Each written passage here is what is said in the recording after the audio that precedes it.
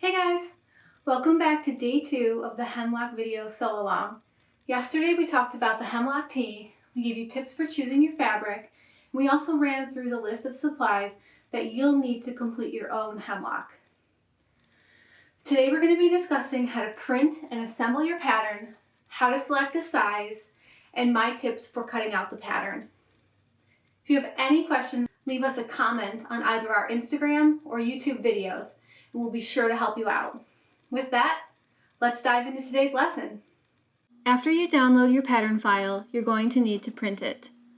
Although all systems and printer setups are different, here are some best practices for successfully printing your downloaded PDF pattern at home. First, make sure you have the most recent version of Adobe Acrobat on your home computer. You can download it via the Adobe website, which I'll link below. While there are many different PDF readers, not all are created alike. Adobe provides the most consistent printing of any we've come across. The Hemlock Tee is a layered pattern, which means you have the ability to print only the sizes you need. After you've downloaded your PDF files, open the Print at Home PDF file in Acrobat. Your file should open to the first page of the pattern. In Acrobat, open the navigation pane on the left side of the page by clicking the arrow here. If you don't see the navigation pane, you can access it by clicking View and then Show Hide. Click Navigation Panes and then select Layers. This will cause the navigation pane to open. Click the Layers icon to display the pattern size layers. Click on the eye icons to select or deselect layers. Active layers, those with the eye visible, will be printed. If you're in between sizes, you can select the sizes you'll need to blend between. Make sure that the pattern markings and page setup pages are active. These layers contain the pattern information needed for each pattern piece, as well as the page markings you'll need to assemble your pattern. Once your layers are selected and you're ready to print, go to File, then Print to bring up the Print dialog box. Select Poster and you'll see the outlined square fit on your 8.5 by 11 sheet in the US or A4 elsewhere. Both of these are scaled at 100%. Before printing the entire pattern, change your page settings to print out just the first page. This way, you can make sure that your 3" by 3" or 5 cm by 5 cm square measures correctly. If it does, then go ahead and print out the rest. Now we're going to talk about selecting your proper size. The first thing you need to do is get some measurements. The 3 basic measurements needed to select your size are the bust, the waist, and the hip. The Hemlock Tee is oversized and has a straight fit through the waist, so the most important measurements are going to be your bust and hip. It's generally a good idea to have someone help you take your measurements if you can, but since we're all social distancing and this top has plenty of ease, it's not a deal breaker to take your own. The bust measurement refers to the full bust. For this measurement, you're going to measure around the fullest part of your bust, wearing whatever type of bra or undergarment you plan on wearing under your finished garment. So, what you'll do is you'll take your measuring tape and you'll put it around your bust. You want it to be generally parallel with the floor. I can't tell because I don't have a mirror, so let's hope I'm right. And you want it to be taut but not tight. So take that measurement and record it on your measurement sheet. The waist measurement will be at your natural waist. On many people, this is the smallest point of your torso, though on me, it's pretty much a straight shot from one measurement to another because I'm essentially a square. If you fall into my category, a good rule of thumb is your waist is generally where your hands want to end up when you put them on your waist, if that makes sense. It's also where you bend from. So to take your waist measurement, take your measuring tape, place it around, again, taut but not tight, and then record your measurement. The hip measurement will be the fullest part of your hips and butt. Typically, this is about 7 inches below your natural waist, though depending on your body, it can be higher or lower. Wherever it is, you want to make sure you get around the full circumference so that you don't end up with a garment that's tight in the hips. To take your hip measurement, take your measuring tape. I like to stand with my feet natural, not together, not apart, just how you would normally stand. And then measure around and record your measurement. I record all of my measurements for each project on one of our free downloadable pattern cards. That way I have all of the information I used for each project neatly hanging with the pattern for the next time I want to make it. I'll link the pattern cards in the description below the video. You can see the pattern card has a place for the pattern name, the company, pattern number, the view, and the date. There's also a space for the sketch, any fabric swatches you might have, your yardage requirement and notions, as well as sizing information.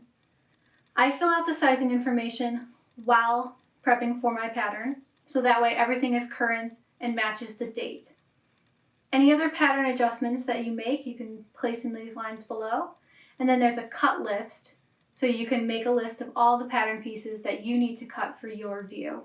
That way you don't miss cutting anything, have to go back, take out your fabric and patterns again. It just keeps everything streamlined and easy. Once you get your measurements, you can select your size on the size chart. If your measurements fall between 2 sizes, you should round up. You can see here that a 36-inch bust puts me at a size 8, a 30-inch waist puts me at a size 10, and a 40-inch hip is also a size 10. Because of that, I'll be blending from an 8 bust to a 10 hip. While we're looking at our measurement charts, look further down the page for the finished measurements. These measurements tell you how large the pattern will be when finished. So these are not your body measurements, these are the finished garment measurements. If you see, the bust for a size 8 is 45.5 inches, and my bust is 36 inches. So that means this shirt will have 9.5 inches of ease. And this number can seem scary to people, but keep in mind, this is an oversized garment, and so it's going to have a lot of ease. If you're unsure about how much ease you prefer, head over to your closet and grab a shirt that you feel comfortable in that has a similar shape to the hemlock. So here, I'm measuring another hemlock, but in theory, you'll have a different shirt. So lay your shirt out flat and make sure that the side seams are flat. Take your measuring tape and measure across the shirt. As you can see, my measurement is 21 3/4 inches. So you're going to need to times that by 2 because you need the full circumference of the shirt. So 21 3/4 times 2 is 44.5. Now, if you remember, I said that the size 8 finished measurement was 45.5, which is good for me because I made this shirt when I was slightly smaller than I am now. So I know that I'm headed in the right direction with my sizing. Each of our patterns comes with a printing instruction file that contains an image showing the full layout of the print at home pattern pages. You can follow this while assembling your pattern. I like to start by grabbing a small cutting mat and an X-Acto knife. I use a different cutting mat than my rotary for this because my paper cutting mat is a bit thicker than my rotary one, and I don't want to destroy my rotary mat with this blade. I also use a metal ruler because the X-Acto knife can cut your plastic rulers. You'll then be left with a ruler that doesn't have a truly straight edge. To cut, align the ruler with one edge of the outside border and trim.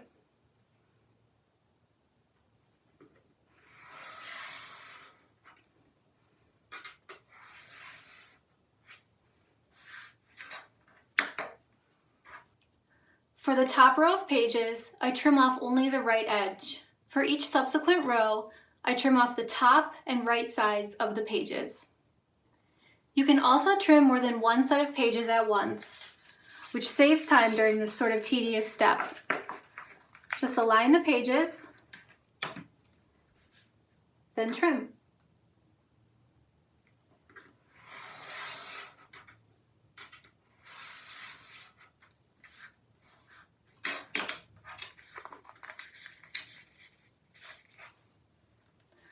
Once your pages are trimmed, it's time to tape the pattern together. To do this, simply align the arrows at the borders of each page, like so, and then tape the pages together. You can tape the entire pattern together row by row, or what I like to do is tape by pattern piece. So you can see here on pages 1 and 2, we have the back. This is the center back and the side seam. Then on pages 3 and 4, we have the front. So this is the side seam and the center front. So rather than tape pages 2 and 3 together, I'm going to leave them separated, come over here, and tape pages 4 and 5 together. Then I'm going to continue with this until all the pattern pieces are put together. And the reason that I do this is because as you trim and tape and align, things can get slightly off, and this just helps to ensure that each pattern piece is as seamlessly put together as possible. When you get to a page like page 13 here, where there's 2 pattern pieces on one page, I'll show you what I do. You can see here we have the sleeve, and then this is the shoulder neckline of the back. So what I do is I just simply trim off the shoulder, align that, and tape it down. And then the same thing for page 14 to complete the shoulder here. We'll just cut that off, align it, and tape it. Continue laying out your pattern pieces until your entire pattern is put together.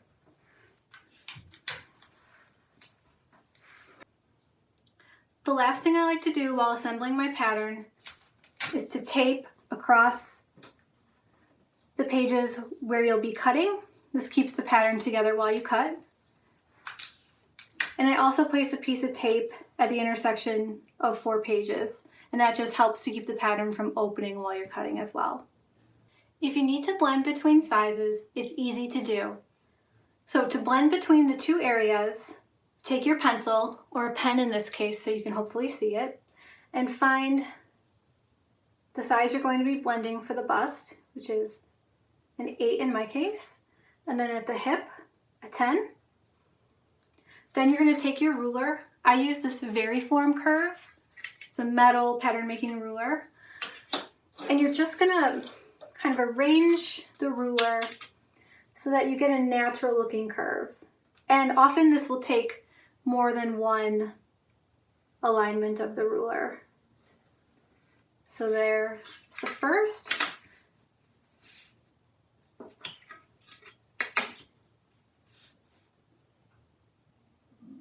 And here is my second. And there you can see my new line. Now, if you're cutting out your pattern, one thing I like to do is take a highlighter, and I like to trace around where I'm going to be cutting. That way I don't forget that I meant to blend or cut the wrong size, and then it's too late. I've already cut it, and now I'm reassembling the pattern. So just take a take a highlighter and highlight along the pattern. And here you can see we're going from one size to another. And then I'm cutting the mid-length, so mine just comes over to here. You'll want to make the same blending adjustment to any pattern pieces that cross the point where you blended or that align to the blended pieces.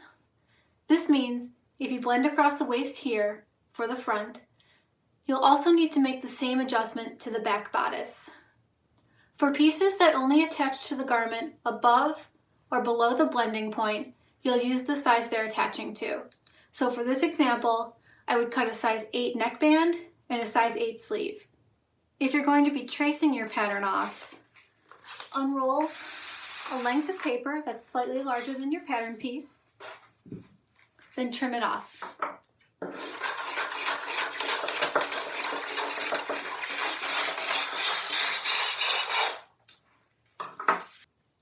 I then flip my paper so the curve is facing towards the table. Just makes it easier to align and trace. Then I take my gridded ruler, my pencil, and I start tracing.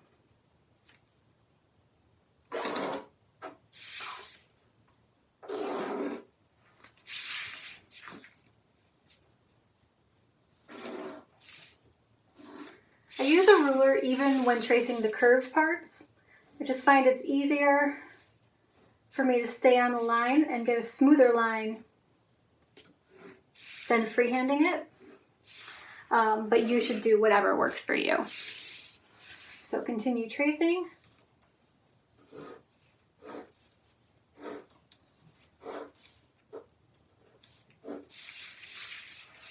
Hit a piece of tape there.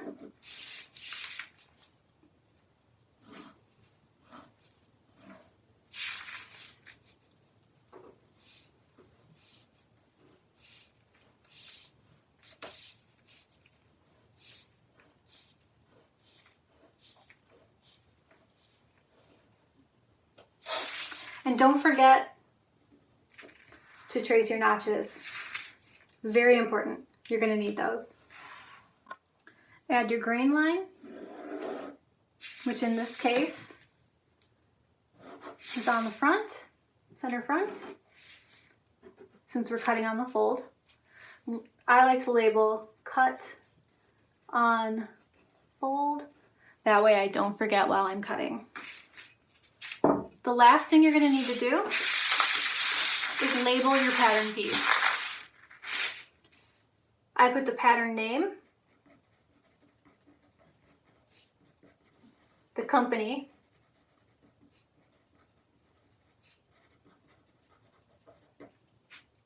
which piece it is, how many I'm cutting, and out of which fabric,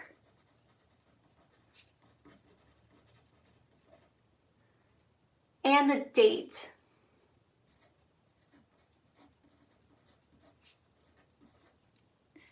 And now we're all set to cut. There's not a lot to say about cutting your pattern piece. Just make sure you're using paper scissors. I like to weight my pattern down and then just cut.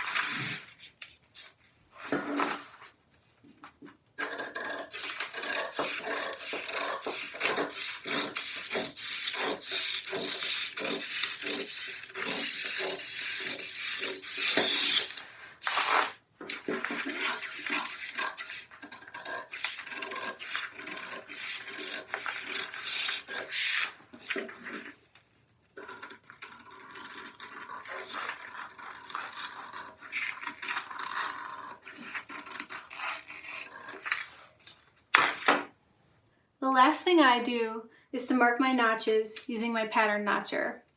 This is a tool that we sell on our website as part of our Pattern Essentials toolkit.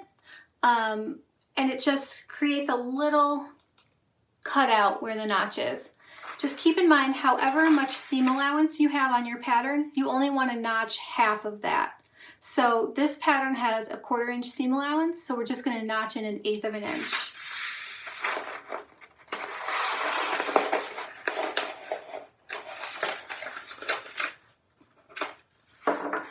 And here you can see the little notch. So that's it for cutting. Repeat these steps for all your pattern pieces, and that's that. All right, so that's it for today's episode of the Hemlock Sew Along. Get your patterns printed and cut, and next time we'll be talking about prepping and cutting our fabrics. I'll see you back here for that.